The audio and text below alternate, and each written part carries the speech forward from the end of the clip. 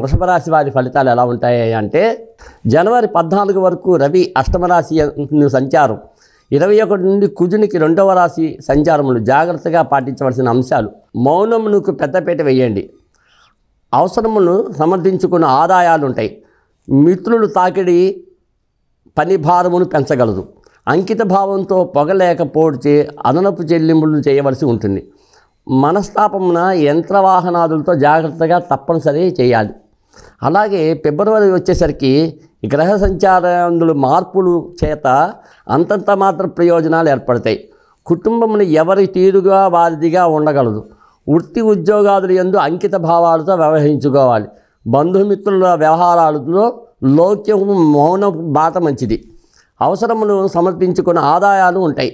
విద్యార్థులకు వ్యాసంగములకు చురుకుగా సాగుతాయి.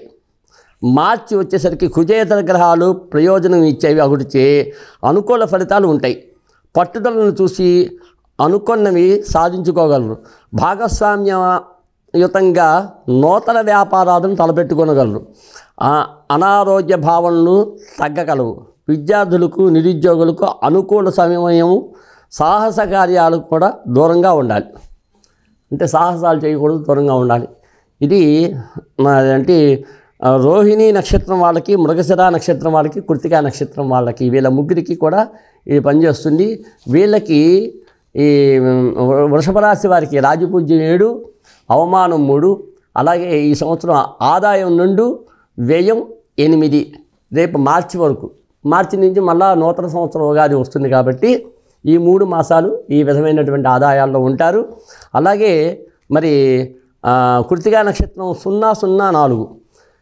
ఈ చివరి 3 మాసాలు, 4 మాసాలు అంటే ఇప్పుడు డిసెంబర్తో కలిపి 4 వచ్చింది. ఆదాయం ఎలా వస్తుందో వ్యయం కూడా అలాగే వస్తుంది, సరి సమానంగా ఉంటాయి. అలాగే రోహిణి వచ్చేసరికి 3, 1, 1. రోహిణి వాళ్ళందరికీ కూడా శుభవార్త ఏమిటయ్యా అంటే, ఈ 3 మాసాలు ఆదాయమే తప్ప వ్యయం అనేటటువంటిది అంతగా ఉండదు. కాబట్టి వ్యయం కంటే ఆదాయమే ఎక్కువగా ఉంటుంది వాళ్ళకి. అలాగే మృగశిర నక్షత్రం వాళ్ళకి వచ్చేసరికి 6, 2, 3. ఈ గడిచినటువంటి ఈ సంవత్సరంలో ఉన్నటువంటి 9 మాసాలు పోను, ఈ రేపు జనవరి నుంచి వచ్చేటటువంటి మార్చి వరకు ఉన్నటువంటి 3 మాసాలు ఇక్కడ బేసి సంఖ్య 3 రావడం వలన వాళ్ళకు కూడా ధనలాభం ఉంటుంది. కాబట్టి ఇది మృగశిర నక్షత్రం. ఇది ఈ వృషభ రాశి వారి తాలూకు ఫలితాలు.